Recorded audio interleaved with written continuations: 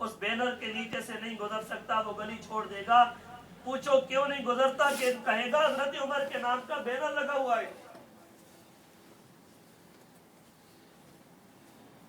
آج بھی اگر آپ کا بچہ رات کو روتا ہے، ڈرتا ہے، شیطان اسے تنگ کرتا ہے، بری خوابیں لاتا ہے، بچے کے سینے پر حضرت عمر کا نام لکھ دو انگلی کے ساتھ، رات کو لکھ دیا کرو، انشاءاللہ وہ بچہ رات کو نہیں روئے گا، شیطان اس کے قریب بھی نہیں آئے گا۔ حضرت عمر کے نام سے بھی شیطان ڈرتا ہے۔ تو آپ رضی اللہ تعالیٰ عنہ کو سیدنا صدیق اکبر رضی اللہ تعالیٰ عنہ نے مسلمانوں کی خلافت کے لیے منتخب کیا۔ کسی صحابی نے کہا حضرت عمر بڑے سخت ہیں، یہ جب ہمارے خلیفہ بن جائیں گے تو کیسے گزارا ہوگا؟ حضرت ابو بکر رضی اللہ تعالیٰ عنہ نے فرمایا جب خلافت کا بوجھ پڑے گا نرم ہو جائیں گے۔ حضرت ابو بکر رضی اللہ تعالیٰ عنہ نے کہا حضرت عمر کو بلاؤ۔ حضرت عمر رضی اللہ تعالیٰ عنہ کو بلایا گیا، آپ سے کہا گیا میں اپنے بعد خلافت تجھے دے کر کے جا رہا ہوں، میرے بعد مسلمانوں کا تو خلیفہ ہوگا، جس میں مکہ بھی ہے، مدینہ بھی ہے، نجران بھی ہے، طائف بھی ہے، باقی بھی کئی علاقے ہیں، ان سارے علاقوں کی خلافت، امارت، حکومت تیری جھولی میں ڈال کے جا رہا ہوں۔ حضرت عمر رضی اللہ تعالی عنہ نے کہا لا حاجت لی بہا، مجھے خلافت کی کوئی ضرورت نہیں، مجھے خلافت کی کوئی حاجت نہیں، خلافت جولی میں آ رہی ہے کہ نہیں آ رہی ہے؟ بغیر الیکشن کے، بغیر دوڑ دھوپ کے، بغیر ملت سماجت کے، بغیر اتحاد کرنے کے، بغیر کسی کو راضی کرنے کے، خلافت جولی میں آ رہی ہے، خود آ رہی ہے۔ حضرت عمر کہتے ہیں مجھے خلافت کی کوئی ضرورت نہیں۔ آج کل لوگوں کو ضرورت ہے یا نہیں ضرورت ہے؟ آج کل تو بیچارے خلافت کے پیچھے دوڑتے ہیں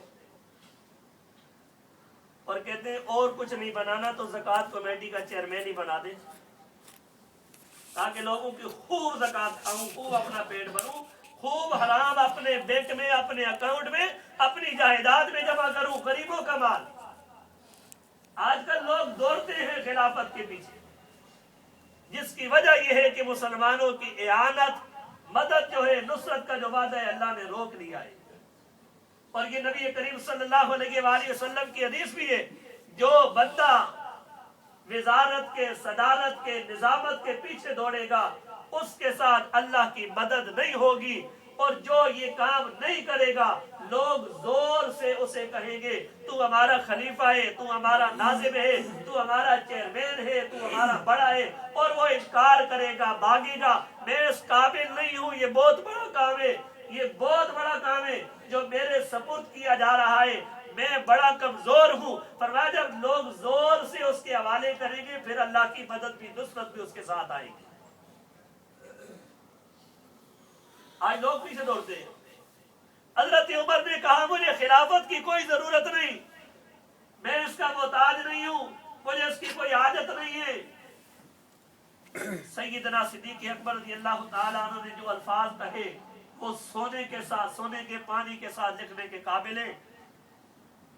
فرمایا عمر خلافت کی تجھے کوئی ضرورت نہیں، لیکن خلافت کو تیری ضرورت ہے، خلافت کو تیری ضرورت ہے، اور میں اللہ پاک کے پاس جا کر کے اللہ سے یہ عرض کروں گا میرے اللہ میں عمر کو خلافت دے کے نہیں آیا بلکہ خلافت کو عمر دے کے آیا ہوں۔ عمر کو خلافت دے کے نہیں آیا، خلافت کو کون دے کے آیا ہوں؟ عمر دے کے آیا ہوں۔ کتنا بڑا جملہ ہے۔ میرے نبی نے میرے صحابہ کا ایسا تزکیہ کیا تھا کہ خلافت جولی میں آتی تھی، میرے نبی کے صحابہ اسے دھکیل کر کے باہر پھینکتے تھے، ہمیں کوئی ضرورت نہیں ہے۔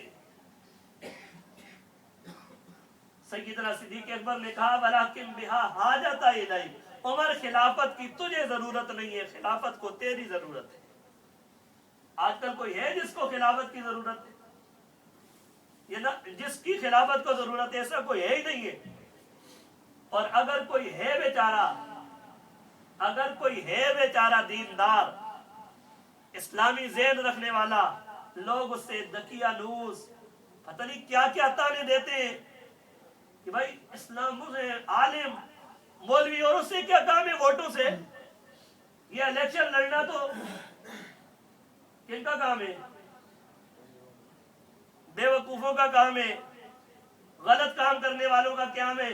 भाई सियासत दीन का एक हिस्सा है। आजकल हमारे सियासतदानों ने सियासत को बदनाम करके रख दिया है। सियासत एक गाल बन गई है। लोग कहते हैं बड़ा सियासी है, क्या मतलब? यानी बड़ा गद्दार है, बड़ा धोखेबाज है, बड़ा फराडिया है। तो क्या सहाबा किराम भी ऐसे? सियासत अमीर मुआविया बड़ी मशहूर है, आपका ये लक़ब मशहूर है सियासत अमीर मुआविया, तो क्या वो भी बड़े फराडी थे? सियासत का लफ्ज बुरा नहीं है, आज हमने इसे बुरा बना दिया है। हमारे सियासतदानों की सियासत ने बुरा बना दिया है। जो भी आता है वो धोखेबाज आता है, वो फराडिया आता है, जिसकी वजह से हमने ये लफ्जी मतलब बुरा बना दिया है, बदनाम बना दिया है। क्या सियासत मेरे नबी ने की है? उन्होंने कोई बुरा काम किया? मस्जिद नबवी में सारे काम होते थे, जिहाद के फैसले भी वहां होते थे, अदालत के फैसले भी वहां होते थे, कचहरियों के फैसले भी वहां होते थे, इसी तरह थाने के फैसले भी वहां होते थे। सहाबा किराम के दौर में, खुलफाए राशिदीन के दौर में ये सारे काम होते थे। तो क्या वो भी ऐसे ही सियासी थे जैसे आजकल के? तीसरी बात, हजरत उमर रजी अल्लाह ताला अन्हु को हजरत अली अल मुर्तदा रजी अल्लाह ताला अन्हु ने पसंद किया अपनी कराबतदारी के लिए, अपनी रिश्तेदारी के लिए।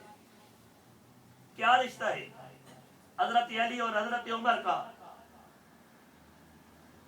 कहते हैं हजरत उम्मे कुलसूम रजी अल्लाह ताला अन्हा हजरत हसन हुसैन की बड़ी बहन।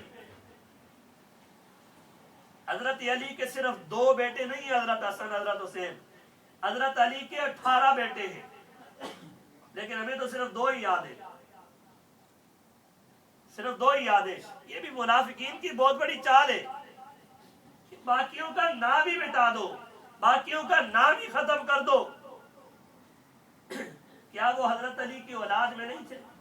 ठीक है, उनकी माँ अलग है, बाप तो अली ही है ना।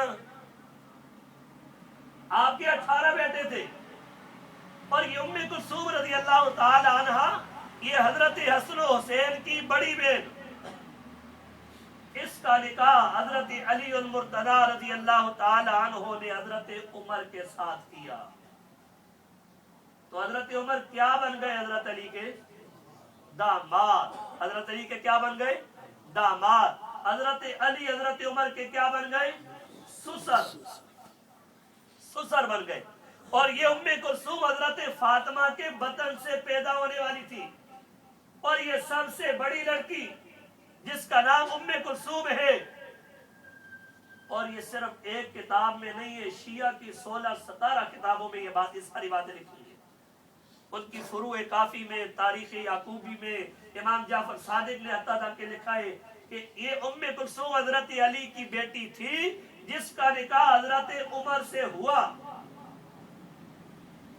बात शिया कहते हैं कि ये जिनड़ी थी, इसे जिनड़ी की शिकल बना करके हजरत उमर के घर में भेजा गया।